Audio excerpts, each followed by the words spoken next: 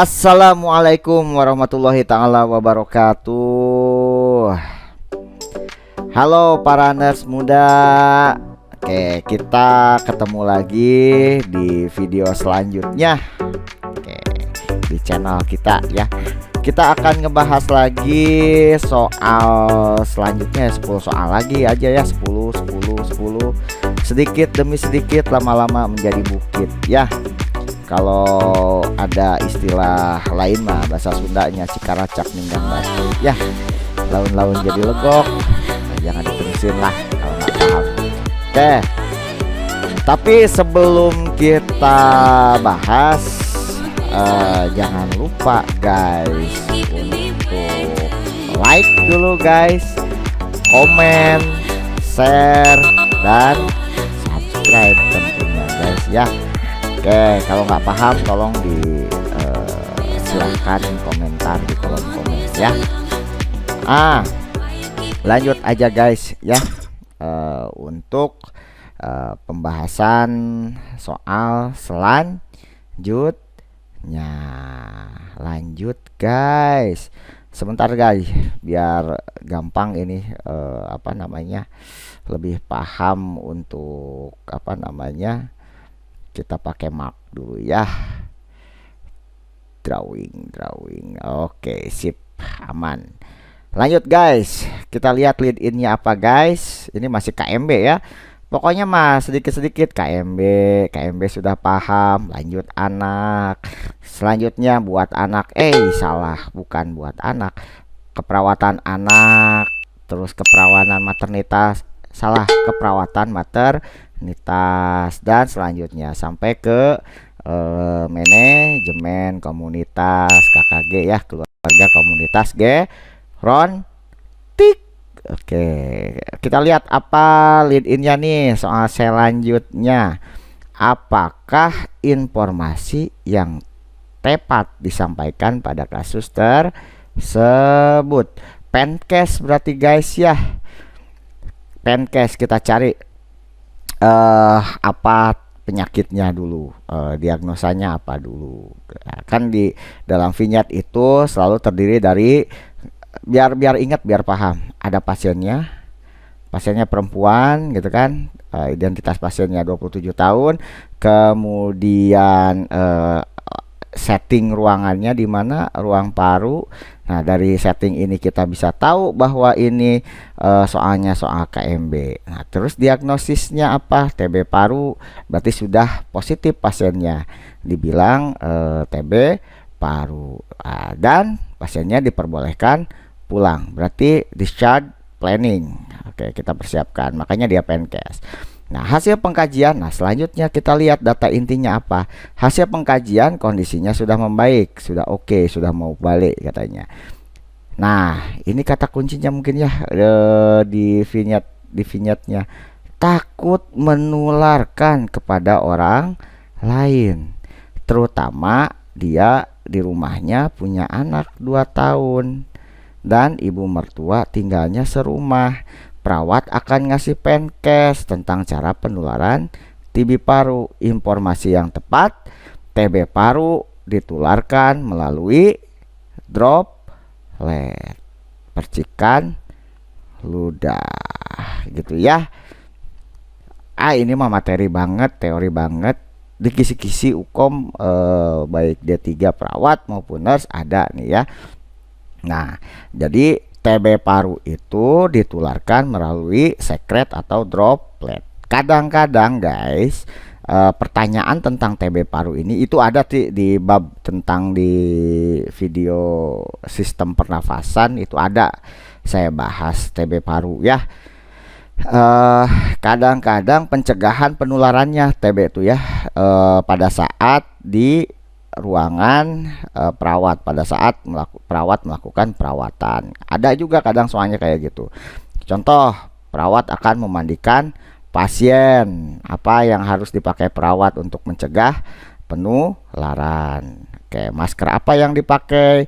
Masker khusus kalau di rumah sakit ya, bukan masker bedah biasa yang hijau tapi masker khusus gitu ya. Kamu memandikan pakai apa lagi, karena dia karena dia melalui droplet atau sekret, maksudnya apa, ludah gitu ya, percikan ludah. Apalagi sarung tangan, kemudian pakai gaun gitu ya kalau mau memandikan, kayak gitu. Jadi harus tahu bagaimana cara penularannya dulu, baru kita tahu APD apa yang kita pakai sebagai perawat. Ada tuh ya. Oke, next guys, nomor selanjutnya apa ini lead innya, kita lihat. Apakah pengkajian lebih lanjut? Ini masih di pengkajian yang ditanya. Berarti kita lihat sudah sampai mana pengkajian. Aduh maaf batuk guys. Sudah sampai mana perawat mengkaji. Kita lihat pasiennya, data pasiennya laki-laki, umurnya 50 tahun, ke poliklinik guys. Poliklinik settingnya, poliklinik penyakit dalam, masih di KMB. Berarti keluhannya diare sejak 1 bulan yang lalu. Diare berarti kecairan ya kalau diare, tapi hati-hati kalau diare aja berarti masalah diare. Itu ada di video tentang pencernaan juga. Lihat flashback ke video tentang materi pencernaan ya, ada. Hasil pengkajian, tekanan darahnya sedikit meningkat guys. Suhu tubuhnya mulai meningkat guys, 38. Normanya kan 365 375 guys. Nadinya normal guys. Nafasnya normal guys. Nah, di sini pasien tidak tahu penyebab diare. Pasien mengatakan sering melakukan seks bebas. Curiga ini mah. Kalau sudah lama ya diarenya. Apa? Ke HIV. Pengkajiannya apa selanjutnya untuk memastikan pasiennya HIV atau tidak, maka kita harus memastikan dengan pemeriksaan HIV. Apa itu? Tes ELISA ya, pemeriksaan ELISA. Jangan dilanjutin Elizabeth ya guys, tes ELISA. Oke, mudah ya guys, mudah. Ini ada juga di sistem imun soal kayak gitu ya. Pengkajian pada pasien HIV, pemeriksaan labnya apa? Tes ELISA. Oke. Kadang ditanya masalah etiknya juga. Biasanya autonomi itu sama confidentiality terkait HIV dan tes ini ya guys. Oke, itu yang etik sudah juga tuh soalnya di video selanjutnya. Makanya pantengin, subscribe. Jadi video ini saling berkesinambungan guys. Jadi kalau tidak diikutin dari awal nggak akan ngeh. Jadi ikutin dari awal gitu ya, jangan di skip. Jadi kalau di skip mah ilmunya juga nanti ke skip. Sharingnya tuh ke skip juga, ada yang kelewat jadi nggak paham gitu ya, nggak holistik gitu. Jadi jangan di skip videonya, jadi biar paham secara menyeluruh gitu guys. Oke, next guys. Oke, apakah tindakan utama pada kasus tersebut? Lead in-nya itu tindakan, yang ditanya adalah tindakan. Kalau tindakan berarti harus tahu masalah keperawatannya dulu guys, atau tindakan sebelumnya apa. Kalau ini kan biasanya kalau tindakan sini tindakan utama berarti harus tahu masalahnya. Data pasiennya pasiennya perempuan, umurnya berapa? 35 tahun. Di ruang perawatan, masih KMB berarti ya, hari pertama dengan gastritis ya. Kemudian gastroenteritis, maaf. Oke. Hasil pengkajian lemah. Tekanan darahnya normal, nadinya normal, napas normal, suhu normal. Pasiennya terpasang RL. BAB-nya cair. Diare ya pasiennya. Mual, tidak nafsu makan, mukosa kering. Apa tindakan utama? Dikasih cairan sudah ya. Karena dikasih kalau belum dikasih cairan, maka jawabannya dikasih cairan dulu, karena masalah keperawatannya cairan. Karena masalah nafasnya nggak ada kan. Jadi kan urutannya nafas dulu kan, baru cairan, baru nutrisi. Karena di nafas nggak ada, maka ke cairan. Nah, pasiennya sudah dipasang cairan nih, gitu ya, sudah terpasang cairan. Maka tindakannya kita pantau cairan, gitu ya. Tapi kalau belum ada ini, maka berikan cairan tindakannya. Karena di sini sudah dibilang terpasang infus, berarti sudah dikasih cairan, berarti kita tinggal pantau cairannya guys, gitu ya. Oke. Mudah loh guys sebetulnya, kalau paham ngikutin mah alah. Jadi gimana ya, bukannya saya ini, jadi kita harus paham. Kalau paham soalnya mau dibulak belok ya tujuannya ke sana gitu, jadi harus paham. Ini mah bukan menggurui, saya cuman berbagi gitu ya. Mudah-mudahan bisa bermanfaat buat kalian dan bisa lulus UKOM-nya berjamaah gitu ya. Senang saya kalau perawat tuh kompak, jadi nggak ada yang ngeluh lagi apa namanya, aduh susah lulus, dapat kerja kuliah udah berapa tahun gitu ya, nggak lulus susah dapat STR gitu ya. Jadi dengan channel ini mudah-mudahan bisa membantu kalian dalam menghadapi UKOM. Itu sih harapan saya ya, mudah-mudahan gitu ya, membantu intinya gitu. Lanjutnya guys, lanjut. Apakah edukasi yang paling tepat untuk kasus tersebut guys? Edukasinya apa? Oke, edukasi, topik edukasinya apa? Laki-laki umurnya 55 tahun guys, di ruang penyakit dalam, soal KMB guys. DM tipe 2, berarti tentang endokrin guys. Siap-siap, berarti otak kita ke endokrin. Hasil pengkajian, pasiennya mengatakan sudah mengetahui penyakitnya, sudah tahu penyakitnya, tapi masih meminta keluarga untuk membawa makanan dari rumah dengan alasan makanan di rumah sakit kurang sesuai dengan selera. Berarti tentang nutrisinya ya guys, edukasi tentang nutrisinya masih kurang ya guys. Berarti edukasi yang paling tepat kalau nutrisi kemana? Tentang diet.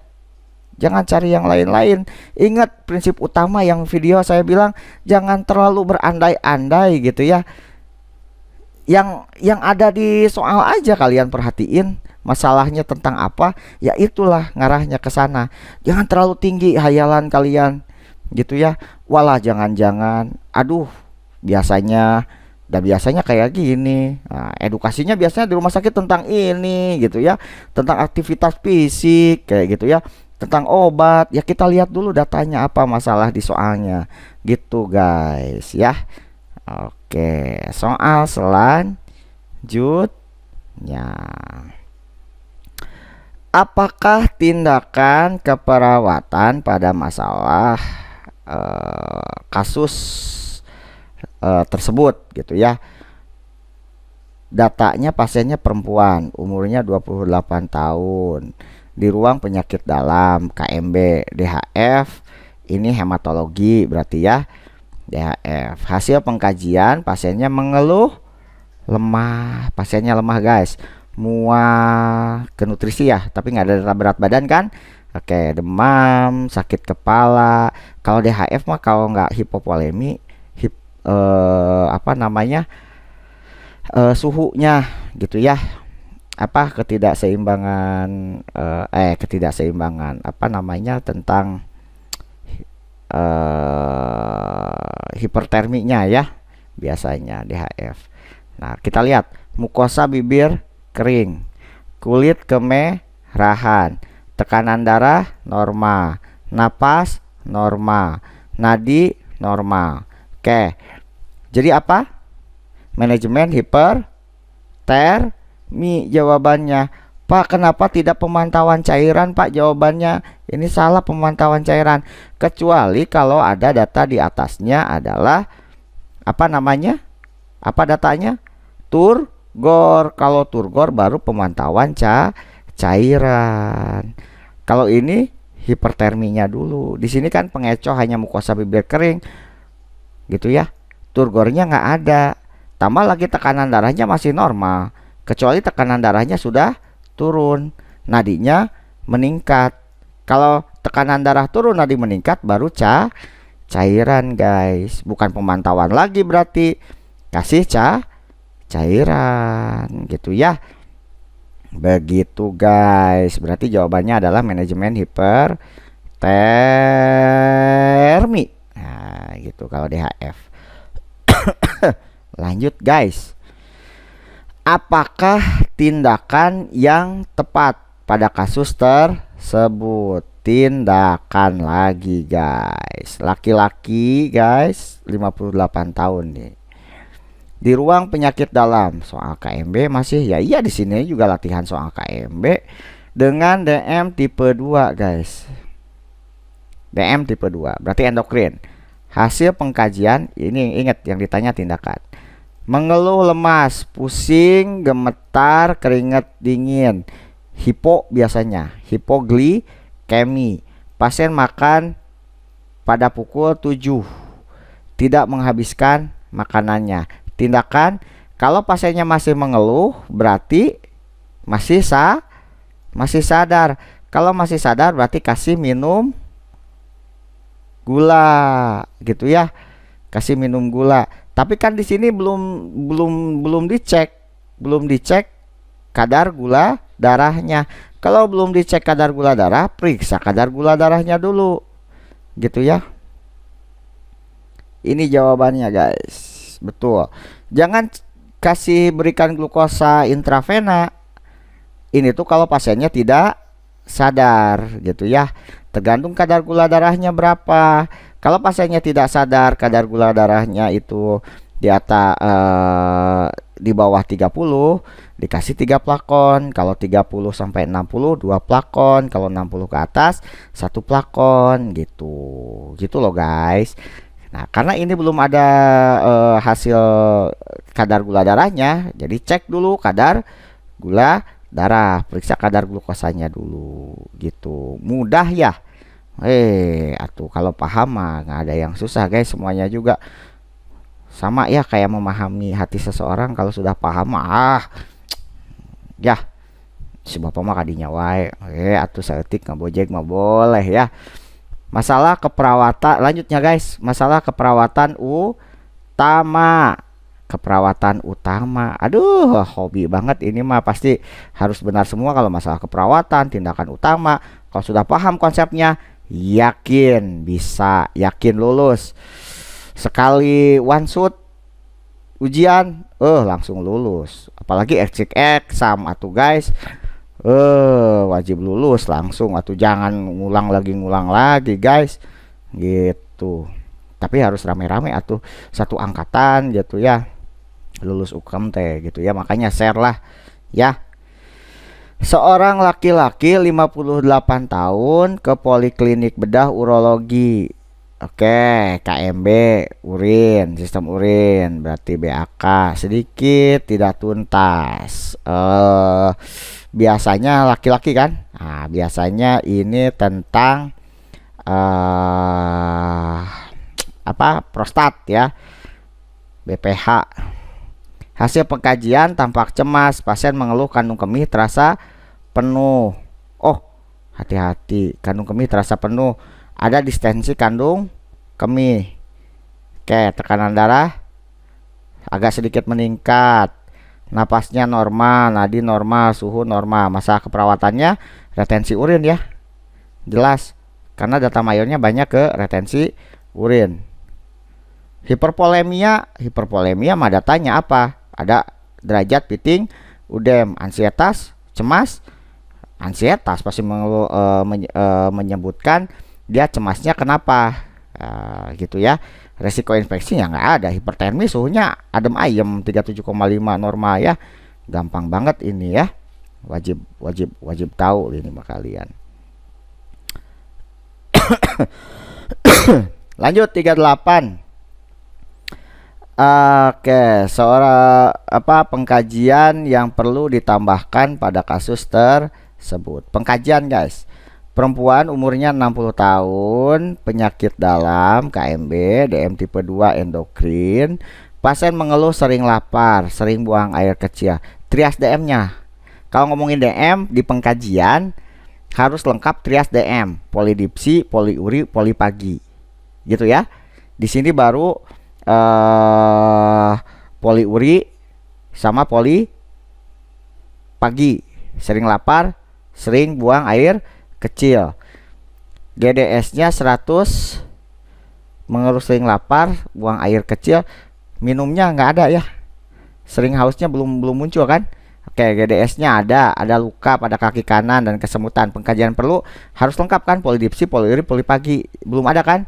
Nah, makanya harus ada pengkajian ini. Sering hausnya belum ada. Aduh. Mantep ya. Atuh dah. Harus paham atuh guys. Harus paham, harus jeli. Gitu ya. Next.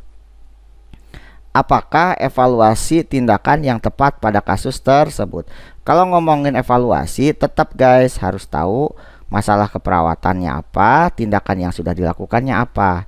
Perempuan 45 tahun guys ini. Di ruang penyakit dalam guys. KMB berarti asma, tentang pernapasan. Nggak jauh-jauh kalau asma mah ngomongin tentang alergennya ya. Alergen, kemudian kalau masalah keperawatannya bersihan jalan napas, ya tindakannya dikasih bronkodilator, evaluasinya tentang bersihan jalan napasnya juga, nggak jauh-jauh ke sana. Tapi kita lihat hasil pengkajian, pasien tampak lemah, napasnya sedikit meningkat. Bunyinya wijing, bersihan jalan napas.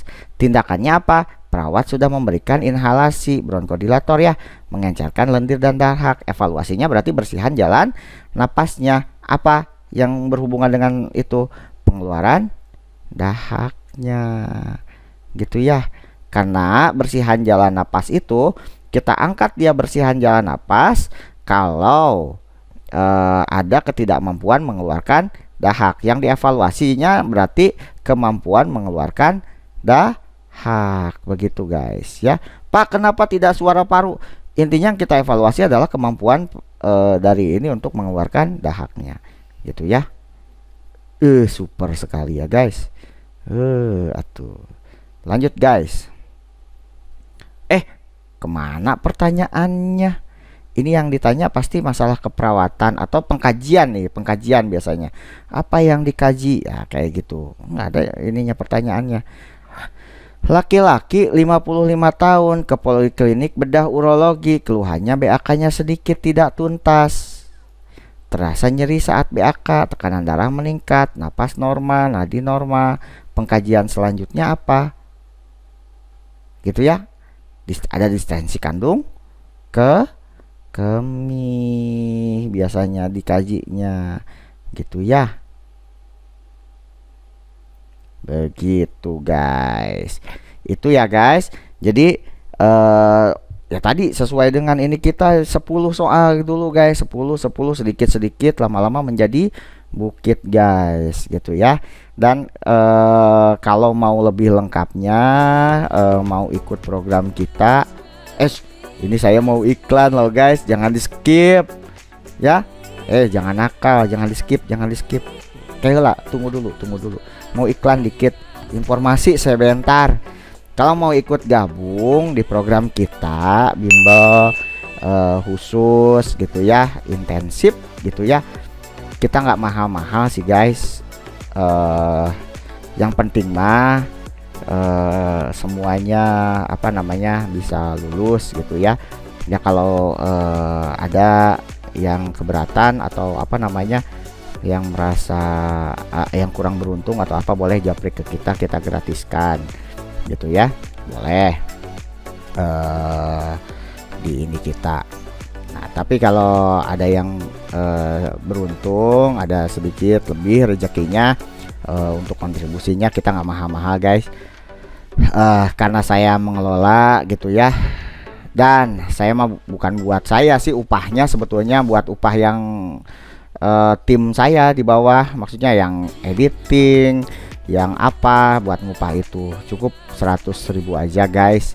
100.000 berlaku seumur hidup. Maksudnya seumur hidup gimana Pak? Maksudnya garansinya sampai lulus. Kalau kalian gak lulus, gratis lagi di program selanjutnya. Saya bimbing sampai lulus insya Allah gitu ya. Mudah-mudahan diberikan kesehatan juga sayanya ya, untuk bisa memberikan kontribusi kepada kalian. Mudah-mudahan lah ya. Jadi kalau mau yang ikut gabung hanya 100.000 aja dengan kita, sudah dapat fasilitas apa aja sih Pak? Satu, fasilitasnya apa? Dapat modulnya lengkap dari mulai KMB apa saja yang keluar, materinya, kemudian soalnya, bagaimana triknya, maternitas, anak dan lain-lain, sampai semua mata kuliah yang diujikan itu kita berikan materi dan contoh soal serta pembahasannya, serta ada tryoutnya. Kita adain tryout sampai 3 kali. Belajarnya juga terstruktur guys, mulai dari KMB sampai akhir gitu ya. Apalagi benefitnya Pak, selain garansi dan modulnya terstruktur Pak gitu ya. Konsultasi gratis ya, konsultasi kalau ada masalah nanti ada paham kita ulang lagi, kita berikan penjelasan lagi. Kalau nggak lulus modul yang ini kita suruh ulang lagi, dimana kita ada software kalau misalkan dimana yang tidak dikuasai itu ada, mana yang salah jawabannya itu setiap PO kita screening dulu kekuatan kelemahan kalian. Jadi kita tahu nih kalian lemahnya misalkan menentukan masalah atau menentukan tindakan atau masalah etik.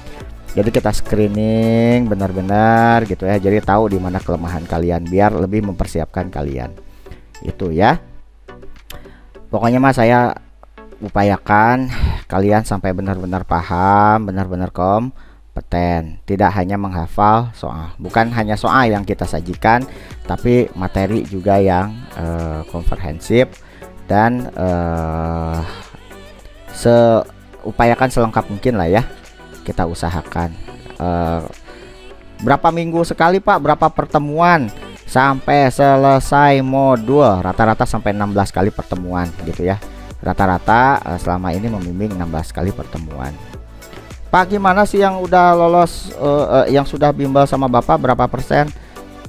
Aduh itu mah ya saya bingung dijawab sombong, nggak dijawab ya gimana, namanya juga promosi ya.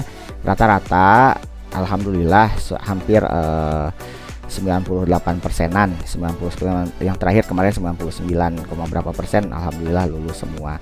Yang nggak lulus gimana Pak? Ya ikut lagi gratis selanjutnya. Nah besoknya langsung lulus juga ya, alhamdulillah nggak ada yang hutang lah. Saya alhamdulillah lulus semua tuh kemarin gitu ya.